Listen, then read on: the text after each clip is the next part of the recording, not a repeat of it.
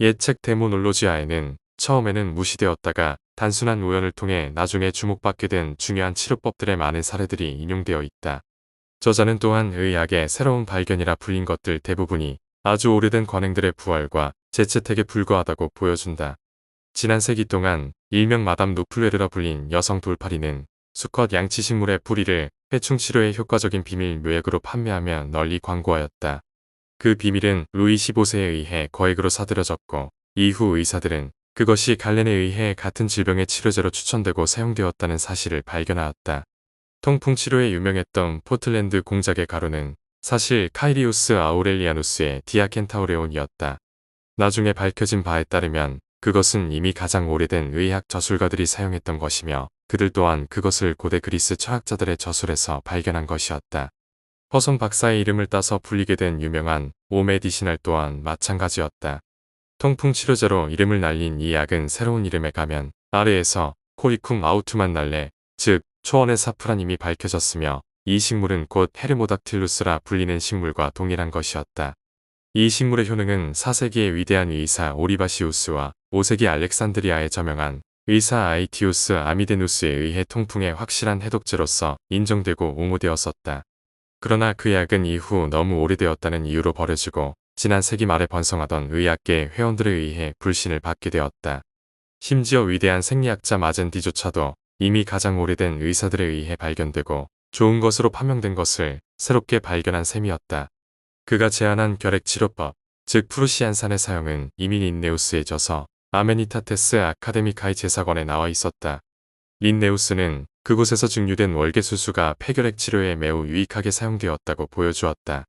플리니우스 또한 아몬드와 체리씨의 추출물이 가장 완고한 기침을 치료했다고 보증하였다. 데모놀로지아의 저자가 잘 지적했듯이 현대의 발명이라 칭송되는 아편의 각종 비밀 제조법들은 모두 고대의 저술 속에서 그 기원을 찾을 수 있다고 단언해도 결코 틀리지 않을 것이다. 그러나 그 고대의 저자들은 오늘날 그들의 명성이 실추된 채 잊혀지고 있다. 모든 이들이 인정하듯 태고로부터 머나먼 동방은 지식의 땅이었다. 심지어 이집트에서도 식물학과 광물학은 고대 중앙아시아의 학자들만큼 폭넓게 연구되지 않았다. 스프랭겔은 다른 모든 것에서는 불공정하고 편견에 찬 인물이었지만 그의 의학사에서는 이 사실만큼은 인정하였다. 그럼에도 불구하고 마법이라는 주제가 논의될 때마다 인도의 그것은 거의 언급되지 않는다. 왜냐하면 그 나라에서의 마법 실천에 대해서는 어떤 고대 민족의 경우보다도 덜 알려져 있기 때문이다.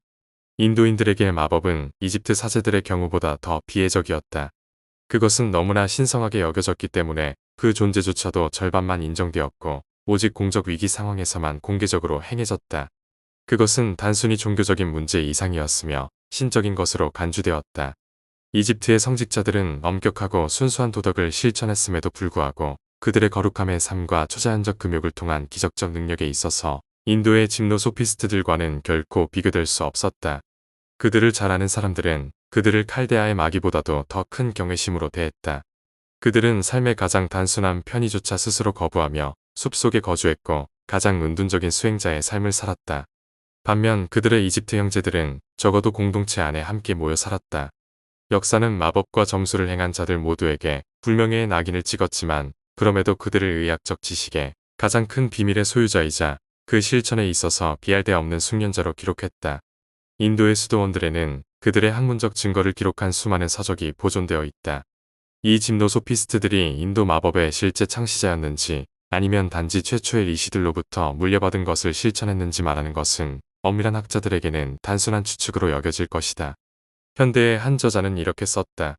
그들이 젊은이들을 교육하고 고귀하고 도덕적인 감정에 익숙하게 만드는 데 쏟은 정성은 그들에게 특별한 명예를 주었으며 역사가들에 의해 전해진 그들의 격언과 담화는 그들이 철학, 형이상학, 천문학, 도덕, 그리고 종교에 능통했음을 보여준다.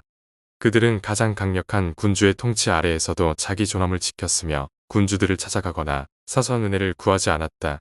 군주가 그들의 조언이나 기도를 원할 때는 직접 그들을 찾아가거나 사자를 보내야 했다. 이 사람들에게 식물이나 광물의 어떤 비밀한 힘도 알려지지 않은 것은 없었다.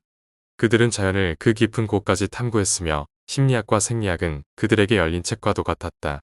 그 결과 오늘날 마법이라 오만하게 불리는 과학 즉 마가기오티아가 탄생했다.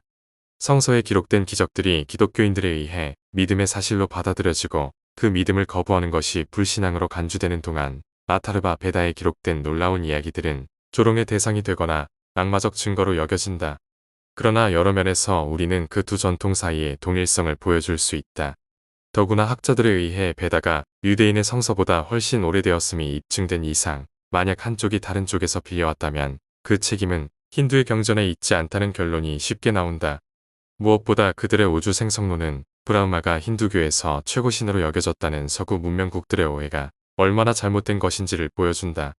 브라흐마는 부차적 신이며 여호와처럼 물 위를 움직이는 자이다. 그는 창조의 신으로 내 방향에 해당하는 4개의 머리를 가진 존재, 곧 세계의 건축가이다. 인도의 신화는 다음과 같이 말한다. 창조의 최초 상태에서 원초적 우주는 물속에 잠겨 있었고 영혼의 품 안에서 쉬고 있었다. 이 혼돈과 어둠으로부터 세계의 건축가 브라흐마가 태어났으며 연꽃잎 위에 떠올라 물 위를 부여하며 아무것도 보지 못했다. 오직 물과 어둠뿐이었다. 이 묘사는 이집트의 우주론과 거의 동일하다. 거기서도 시작은 아트오르, 곧 밤의 어머니, 무한한 어둠을 상징하는 존재가 혼돈 속의 영원한 정신에 의해 움직이는 것으로 그려진다. 히브리 경전에서도 마찬가지로 창조의 역사는 하나님의 영과 그 창조적 발산, 또 다른 신적 존재로 시작된다. 이 묘사는 이집트의 우주론과 거의 동일하다. 거기서도 시작은 아트오르, 곧 밤의 어머니, 무한한 어둠을 상징하는 존재가 혼돈 속의 영원한 정신에 의해 움직이는 것으로 그려진다. 히브리 경전에서도 마찬가지로 창조의 역사는 하나님의 영과 그 창조적 발산, 또 다른 신적 존재로 시작된다. 브라흐마는 이러한 암흑의 상태를 보고 혼잣말을 한다. 나는 누구인가? 나는 어디에서 왔는가? 그때 그는 한 목소리를 듣는다. 당신의 기도를 바가반트 곧 파라브라흐마, 영혼자에게 돌리라. 그러자 브라흐마는 떠있는 자세에서 일어나 연꽃 위에 앉아 명상의 자세를 취하고 영혼자에 대해 숙고한다. 그의 경건한 자세에 기뻐한 영혼자는 원초의 어둠을 흩어버리고 그의 이해를 밝힌다. 그 후 브라흐마는 우주알, 곧 무한한 혼돈 속에서 빛으로 출현한다. 그의 이해가 열리자 그는 창조의 일을 시작한다. 그는 신의 영을 자기 안에 지닌 채 영원한 물 위를 움직인다. 물 위를 움직이는 자로서의 그의 이름은 나라야나이다. 연꽃은 이집트인들과 힌두교도들에게 신성한 꽃이며 호루스와 브라흐마의 상징이다. 티베트나 네팔의 어떤 신전에서도 그것이 없는 곳은 없으며 그 상징의 의미는 매우 암시적이다. 수태고지의 그림 속에서 천사가 성모 마리아에게 건네는 백합 가지는 그 비이적 상징에서 정확히 같은 의미를 가진다. 이에 대해서는 윌리엄 존스경의 저수를 참조하라. 힌두교에서 연꽃은 불과 물의 매개를 통해 드러나는 자연의 생산적 힘의 상징이다. 바가바드 기타의 한 구절에서 이렇게 말한다. 영원하신 분이여. 나는 그대 안에서 창조자 브라흐마가 연꽃, 취의 좌정에 있는 것을 본다. 존스경은 연꽃의 씨앗 안에 그것이 싹트기도 전에 완전히 형성된 잎이 들어있으며 훗날 완전한 식물이 되었을 때에 축소 모형이 이미 그 안에 존재한다는 점을 보여준다. 즉 자연은 자기 생산물의 선형을 우리에게 보여주는 것이다. 또 다른 저자, 이교도의 종교의 저자는 말한다. 모든 피자 식물의 씨앗에는 이미 완성된 식물의 형태가 들어있다. 불교에서도 같은 의미를 갖는다.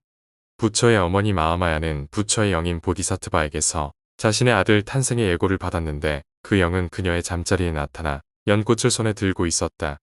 마찬가지로 이집트인들은 오시리스와 호루스를 연꽃과 함께 자주 묘사하였다. 이 모든 사실은 힌두교, 이집트교, 그리고 유대 기독교적 종교체계에서 이 사상의 동일한 근원을 보여준다. 신비한 수량, 즉 연꽃이 사용될 때마다 그것은 숨겨진 것 혹은 주관적 실제로부터 객관적 실제가 방출되는 것을 상징한다. 곧 보이지 않는 영원한 신의 사유가 추상으로부터 구체, 즉 가시적 형상으로 드러나는 것이다. 어둠이 사라지고 빛이 있게 되었을 때 브라흐마의 이해는 열렸고 그는 신의 영원한 사유 속에 영원히 감추어져 있던 이상적 세계 속에서 앞으로 창조될 무한한 사물들의 원형적 형상을 보았다. 이 첫 단계의 행위에서 브라흐마는 아직 세계의 건축가가 되지 않았다. 그는 건축가처럼 먼저 도면을 이해해야 했고 영혼자의 품속에 감추어진 이상적 형상들을 깨달아야 했다. 이것은 연꽃의 씨앗 속에 이미 미래의 잎이 숨어 있는 것과 같다. 이 개념 속에서 우리는 유대교의 창세기 9절 하나님이 말씀하시되 땅이 씨를 가진 나무를 내라 각기 종류대로 그 열매를 맺게 하라 의 근원을 찾아야 한다. 모든 원시 종교에서 아버지의 아들은 창조의 신이다 곧 신의 사유가 형상화된 존재이다. 기독교 시대 이전부터 힌두교의 삼위일체에서 유대교 카발라의 새 머리에 이르기까지 모든 민족의 삼위일체 신과는 이미 그 상징 속에 정의되어 있었다. 기독교 교리는 이 오래된 나무의 줄기에 접목된 새로운 가지에 불과하다. 그리고 천사가 백합을 들고 있는 수태고지의 상징은 본질적으로 동일한 형이상학적 사유를 보여준다. 연꽃은 불과 물의 산물이며 따라서 영과 물질의 이중 상징이다. 브라흐마는 삼위일체의 두 번째 위격이며 여호와와 오시리스 혹은 헤르메스의 피만데르와 같은 존재이다. 피만데르는 모든 이집트 태양신의 근원적 권리를 나타낸다. 영원자는 불의 영이며 그는 물이나 태초의 대지에서 태어난 모든 것을 자극하고 수정시키고 구체화시킨다.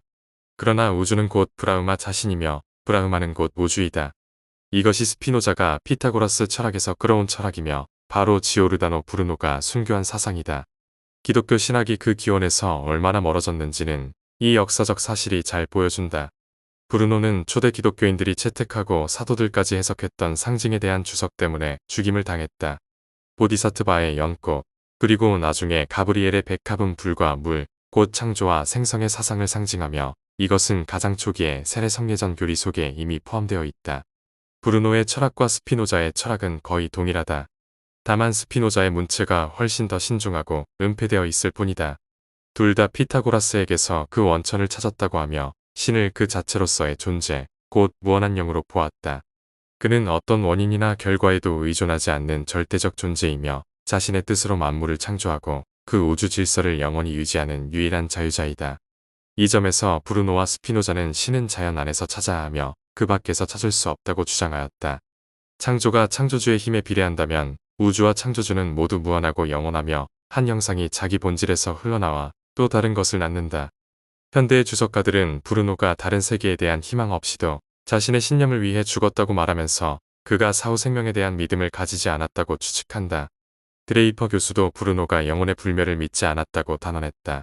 그는 순교자들은 죽음의 계곡을 지나 영원한 행복으로 나아간다고 믿었지만 브루노에게는 그런 위로가 없었다고 했다. 그러나 드레이퍼는 철학자들의 진정한 신념을 매우 피상적으로 이해한 것이다.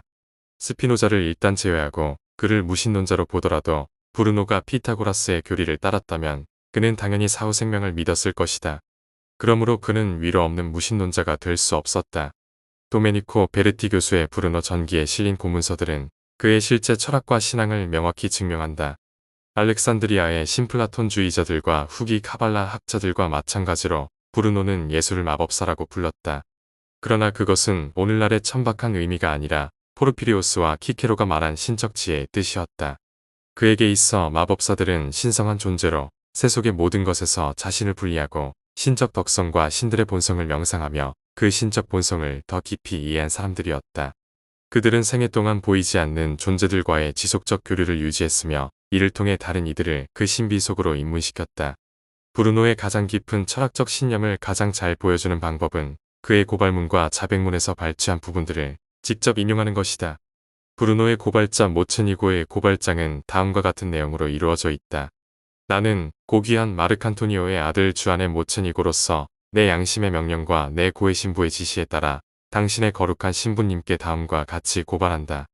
나는 지오르다노 브루노가 내 집에서 여러 번 나와 대화하는 동안 가톨릭 신자들이 빵이 살로 변한다고 말하는 것은 큰 신성모독이라고 말하는 것을 들었다. 그는 미사에 반대하며 어떤 종교도 마음에 들어하지 않는다.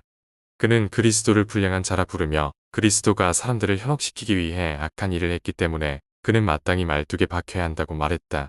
그는 신 안에서 인격의 구분이 없다고 주장하며 만일 구분이 있다면 그것은 신에게 불완전함이 될 것이라고 말했다. 그는 세상이 영원하며 무한한 세계들이 존재한다고 주장했다. 그리고 신은 그분이 원하는 만큼 세계들을 끊임없이 창조하신다고 말했다. 그리스도는 단지 겉보기에 기적을 행한 마술사였으며 사도들 또한 마찬가지였다고 했다. 자신도 그들보다 더 큰 일을 할 수 있을 것이라고 말했다. 그리스도는 죽음을 꺼리고 피하려 했다고 말했다. 죄에 대한 형벌은 존재하지 않으며 영혼은 자연의 작용으로 생겨나고 한 동물에서 다른 동물로 옮겨간다고 했다. 그리고 동물들이 부패로부터 태어나듯 인간도 죽은 뒤 다시 부패 속에서 새롭게 태어난다고 했다. 이 배신적인 고발의 문구 속에서도 브루노가 피타고라스의 윤회설을 믿고 있었음을 분명히 볼 수 있다. 비록 그 교리가 왜곡되어 이해되었지만 그는 분명 인간의 어떤 형태로든 영혼의 생존을 믿고 있었던 것이다. 고발자는 또 이렇게 덧붙였다. 그는 새로운 철학이라 불리는 새로운 교단의 창시자가 되려는 의도를 보였다. 그는 성모 마리아가 아이를 낳을 수 없다고 했고 가톨릭 신앙 전체가 신의 위엄에 대한 모독으로 가득 차 있다고 말했다. 수도사들은 논쟁할 권리와 재산을 빼앗겨야 하며 그들은 세상을 더럽히는 자들이라고 했다. 그는 수도사들을 당나귀라 부르고 우리의 신학은 당나귀의 교리라고 말했다. 신앙이 신에게 인정받을 만한 증거는 없다고 했으며 남에게 당하고 싶지 않은 일을 남에게 하지 않는 것이면 충분히 선한 삶이라고 말했다. 그는 다른 죄들은 모두 비웃었고 신이 어떻게 가톨릭 안에 이토록 많은 이단들을 참으실 수 있는지 의아하다고 했다. 또한 그는 점술의 예술을 익혀 세상이 자신을 따르게 할 것이라고 말했으며 성 토마스와 신학자들은 모두 자신보다 무지하다고 했다. 자신은 세계 최고의 신학자들에게도 그들이 결코 대답할 수 없는 질문을 던질 수 있다고 말했다. 이에 대해 브루노는 다음과 같은 신앙 고백으로 답했다. 이것은 고대의 스승들의 제자라면 누구나 공통으로 갖는 신조이기도 하다. 나는 무한한 신적 능력의 결과인 무한한 우주를 믿는다. 신의 선과 능력으로 보아 그분이 이 세계 외에 다른 무한한 세계들을 만들 수 있음에도 단 하나의 유한한 세계만을 창조했다는 것은 그분의 선함과 전능함에 어울리지 않는다고 생각한다. 따라서 나는 지구와 같은 별들이 무수히 존재하며 그 각각이 하나의 세계라고 말한다. 이 무수한 세계들이 무한한 공간 안에 존재하므로 우주는 무한한 세계들의 무한한 총체이다. 나는 이 우주 안에 보편적 섭리를 둔다. 그것은 모든 것이 살아 움직이고 완전하게 존재하게 하는 힘이다. 나는 이것을 두 가지 방식으로 이해한다. 첫째, 온몸에 영혼이 충만하듯 신의 그림자와 발자취로서의 자연이 우주 전체와 그 모든 부분 속에 존재한다고 본다. 둘째, 신은 본질 현존 능력으로서 모든 것 안에 그리고 그 위에 존재하지만 부분으로서가 아니라 설명할 수 없는 방식으로 존재한다고 본다. 신성 안의 모든 속성은 본질적으로 하나이다. 나는 신 안에서 세 가지 속성 능력, 지혜, 선을 본다. 존재는 정신으로부터, 질서와 구분은 지성으로부터, 조화와 일치는 사랑으로부터 비롯된다. 브루노는 또한 세계가 창조되었다는 점에서 그것이 첫 번째 원인에 의존한다는 점을 인정했다. 그는 세상이 시간 안에서든 영혼 안에서든 모든 존재에 있어 신에게 의존한다고 말했다. 그러나 삼위일체나 성육신 교리에 대해서는 철학적 관점에서는 이해할 수 없었다고 고백했다. 그는 예수의 기적을 믿었으며 그리스도가 신의 지혜를 구현한 마술사라는 의미로 이해했다. 이는 그가 속한 피타고라스적 플라톤주의적 전통 안에서 자연스러운 것이었다. 브루노는 우주 전체에 깃든 영혼의 원리, 즉 솔로몬이 말한 하나님의 영이 온 세상을 채운다는 구절을 인용하며 이것을 피타고라스적 의미의 세계 영혼로 해석했다. 그는 베르길리우스의 아이네이스의 구절을 인용하며 말한다. 처음에 하늘과 땅, 맑은 평야와 달에 빛나는 구체와 티탄의 별들을 그 안에 영이 살게 하고 모든 부분을 꿰뚫어 영혼이 전체를 움직인다. 즉, 우주를 살아 움직이게 하는 보편적 영. 그것이 바로 신적 생명의 원천이며 모든 생명과 영혼은 그로부터 나오는 것이라 했다.